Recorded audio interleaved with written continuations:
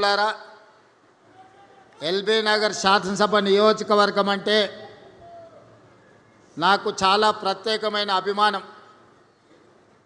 2018 శాసనసభ నియోజకవర్గ ఎన్నికలలో అనుకోని పరిస్థితులలో రాజకీయ కుట్రలో భాగంగా కొడంగల్ శాసనసభ్యుడిగా ఓటమి చెంది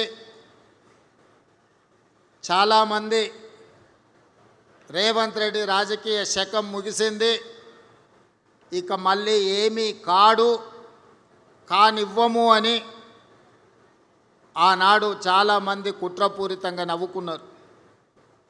సరిగ్గా 4 నెలలు తిరిగే లోపల శ్రీమతి సోనియా గాంధీ గారు పార్లమెంట్ ఎన్నికలలో మల్కాజ్గిరి పార్లమెంట్ అభ్యర్థిగా ఎన్నికల బరిలో దించితే ఆనాడు 32 లక్షల ఓట్లున్న మల్కాజ్గిరి పార్లమెంట్ నియోజకవర్గంలో 3000 పోలింగ్ బూతులు ఉండే. 3000 పోలింగ్ బూతులు కాదు కదా, సగం తిరగడానికి కూడా 5 సంవత్సరాలు సరిపోదు.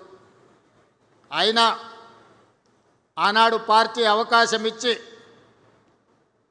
సోనియా గాంధీ గారు, రాహుల్ గాంధీ గారు అండగా నిలబడి ఆనాటి ఎన్నికల బరిలో దించితే అప్పటి వరకు నాతో ఉన్నవాళ్ళు, అండగా నిలబడతామన్న వాళ్ళు, మీరు భుజాల మీద మోసి గెలిపించిన వాళ్ళు ఎన్నికలు ప్రకటించి అభ్యర్థిగా అవకాశం వస్తే నన్నే కాదు మిమ్మల్ని కూడా గుండెల మీద తన్ని పరాయోడి పంచన ఆనాడు చేరిండ్రు.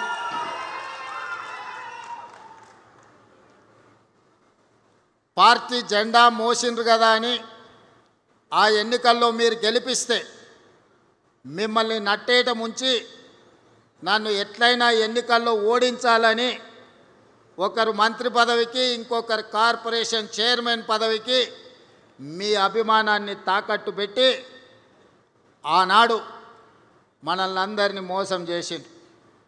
అయినా మీరిచ్చిన ధైర్యంతో మీరు అండగా నిలబడితే 2019 పార్లమెంట్ ఎన్నికల బరిలో ఆనాడు దిగితే ఈ ఎల్బీ నగర్ శాసనసభ నియోజకవర్గం 30,000 మెజారిటీ ఓట్లను అందించడం ద్వారా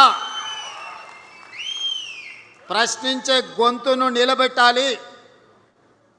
తెలంగాణ 4 కోట్ల ప్రజల యొక్క సమస్యల్ని గల్లీ నుంచి ఢిల్లీ వరకు వినిపించే నినాదమై ఈ ప్రాంత ప్రజల యొక్క సమస్యల్ని లేవనెత్తుతాడని మీరు అభిమానం చూపించి మీరు గుండెల్లో పెట్టుకొని మీ భుజాల మీద మోస్తే మల్కాజ్గిరి పార్లమెంట్ సభ్యుడిగా ఢిల్లీకి నేను బయలుదేరిన.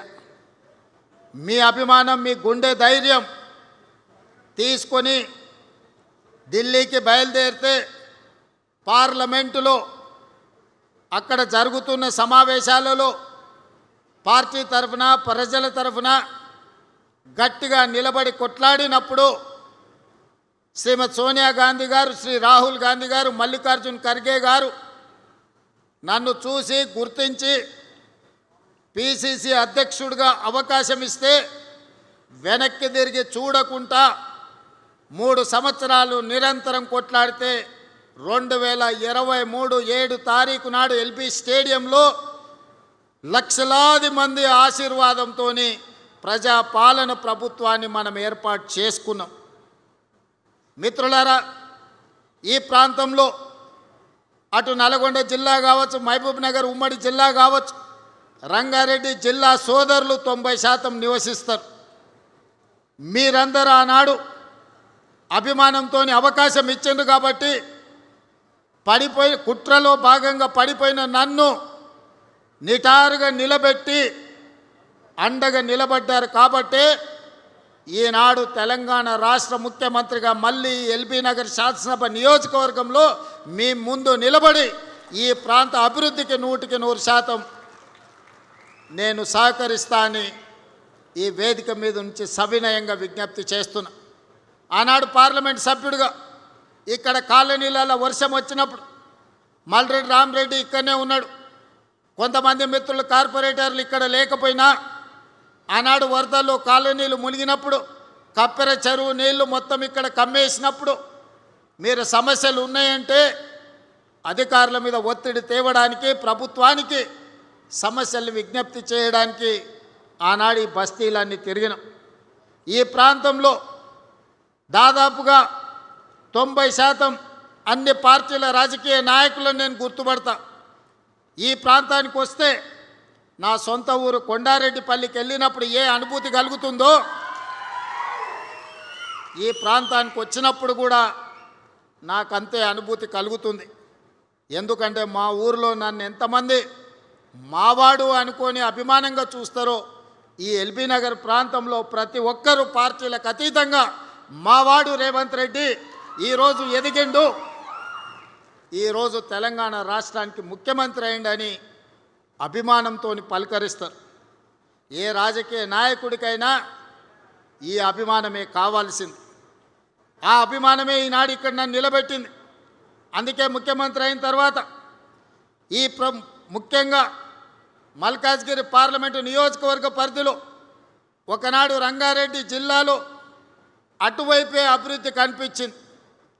నగరాలు వచ్చినా, కాలనీలు వచ్చినా, హైటెక్ సిటీలు వచ్చినా, అంతర్జాతీయ స్థాయి యూనివర్సిటీలు వచ్చినా అన్నీ ఆ వైపునే రంగారెడ్డి జిల్లాలో వచ్చినాయి.